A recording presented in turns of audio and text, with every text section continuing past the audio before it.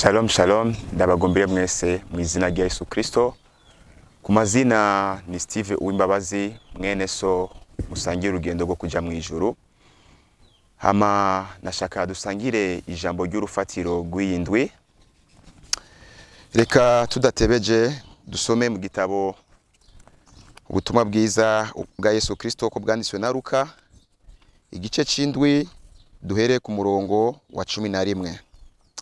Niyo majambo tuzaguhagararako. Ijambo ry'umutwe rivuga ati Yesu azura umwana w'umupfakazi. Ku murongo wa 11 havuga ngo hashize igihe gitoya aja mu gisagara citwa Nayini, abigishwa biwe n'ishengero ryinshi bajana nawe. Ashitse hafi y'irembo ry'igisagara hasokoroka abajanye umuvyimba kuwuhamba, ariko yari kinege kandi nyina yari umupfakazi. Abantu benshi bo muri ico gisagara bari kumwe nawe. Umwami Yesu amubonye amutera akagongwe. Aramubwira ati ntacurira. Yigira hafi y'ikigagara agikorako, abahamvyi barahagarara. Aravuga ati muhungu ndakubariye nti vyuka. Wari yapfuye aravyuka, aricara atangura kuvuga. Yesu amuha nyina, bose bategwa n'ubwoba, bahimbaza Imana, batuvugishwa n'Imana hambaye aserutse muri twebwe, kandi bati Imana igendeye abantu bayo. Yesu nashimwe. Iri jambo niryo ngomba ko duhagararako canke yuko twiga. Dusome inkuru z'uyu mupfakazi yari mu gisagara citwa Nayini, ivyamubaye ko umwana wiwe yari yapfuye, kandi ngo uwo mwana yari kinege.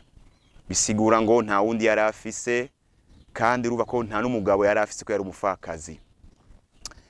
Rero dusomye neza inkuru z'uyu mupfakazi, mu Bayuda muri ivyo bihe vyabo bavuga ngo iyo umuntu amaze gupfakara, umugabo yagiye, ata mwana yagusigiye, waba nk'umuntu ataja ifise muri uwo muryango umugabo yagusizemwo.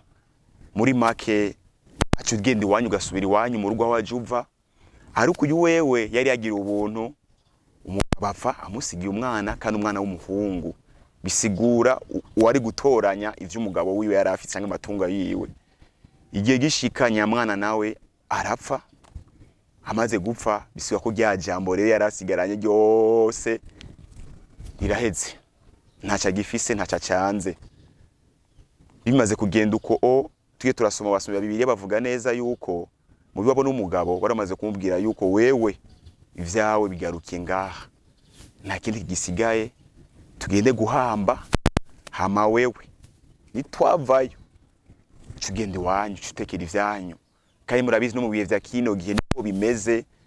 Iyo umugabo apfuye asize umudamu mu rugo ata mwana ahari, iyo abo bantu batashitse ku maraso ya Yesu Kristo neza, cyamubwira tugutekera agaseke kiwawe wisubirira aho waje uva. Niyo umudamu niko vyari bimeze muri ico gihe. Mba kwa kari kenshi, cyambere yarabuze umugabo, igira kabiri abuze umwana, n'urugo ararutakaje. Amajambo ni menshi, ibiriko biramuvugwa ko ni vyinshi. Nta majambo yarafise bo mubwiye kumuhumuriza, ahubwo vyari ibintu gusa byo kumurya umutima bimubabaza.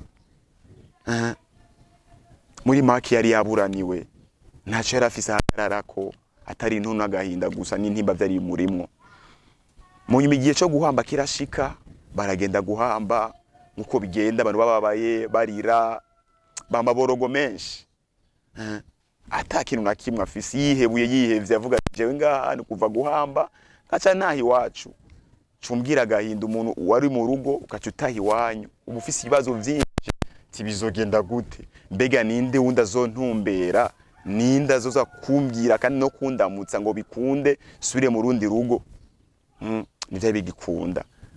Ariko rero rya jambo nkunda kuvuga ati aho Yesu ageze ibintu bimera neza, kandi ngo aho Yesu ashitse ibintu birahinduka. Nguko yabisanze siko abisiga.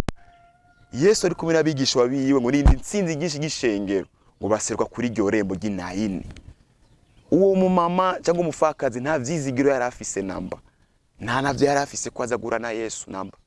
Ariko ko Kristo agira neza, ko ari umunyamurukundo, wahunda dukunda atakintu akimarabiyemo, ngo ahashize kuri ryo rembo ngo abona abantu bagiye guhamba, aritegereza umubabaro bari bafise, kumbura yabonye mu mutima, abona amajambo amuriko muri uwo muntu, avuga ati ari ikintu nkwiye gukora, ngo bimutera akagongwe. Yesu bimutera akagongwe, aca avuga ati no, ntibikwiye ku bintu ko bibandanya kuno. Ngo acara arakora ku kigagara, abahamvyi barahagarara, aravuga ijambo, wa mwana aca aravyuka. Wamaze kuvyuka ngo amuha nyina, wa mwana aravuga. Bica biramenyekana yuko mu gisagara hari umugabo akomeye uvugishwa n'Imana ngo ageze muri twebwe. Bisigura gute? Yesu ahageze birimera neza, aho nyene ubona umenga nta nzira. Mwene data ukura kuri kino kiganiro, muri ivyo bibazo vyawe uri muno munsi, muri izo ngorane zawe, muri izo mbombane, aho umenga urugawe, Yesu agira hace kandi bigira bigende neza. Wewe mwizigire gusa, ntukangwe n'izo ziko ziratontoma, ziraziritse n'izijyana. Yesu n'umukunzi mwiza kandi yiteye kugutabara. Umavu senga, ume wizigiye, Yesu aje. Rero reka dusengere rino jambo. Mwami Imana mugira neza, turagushimiye kubw'ino jambo. Rero Mwami, rino jambo ni ryawe ntabwo ari ryanje, kandi abo wari washimye ko baza kubiraba nuko hari ico warugomba kuri bo ko gihinduka mu buzima bwabo. Reka rero uza kuryumva wese rigira ico rimufashije, kandi rigira uri mukuye na uri mugejeje, mazi ntahe izuga kuri wewe nkuko wabikoze muri kino gisagara cinayini, ngo biramenyekana ko hari uvugishwa n'Imana ageze muri bo. Reka na umuntu Mwami Imana ivyo ugiye kumukorera adamiye ko Kristo kuri kingoma, kandi ukiganje kandi ukushoboye vyose, izina rya Yesu Kristo, amen.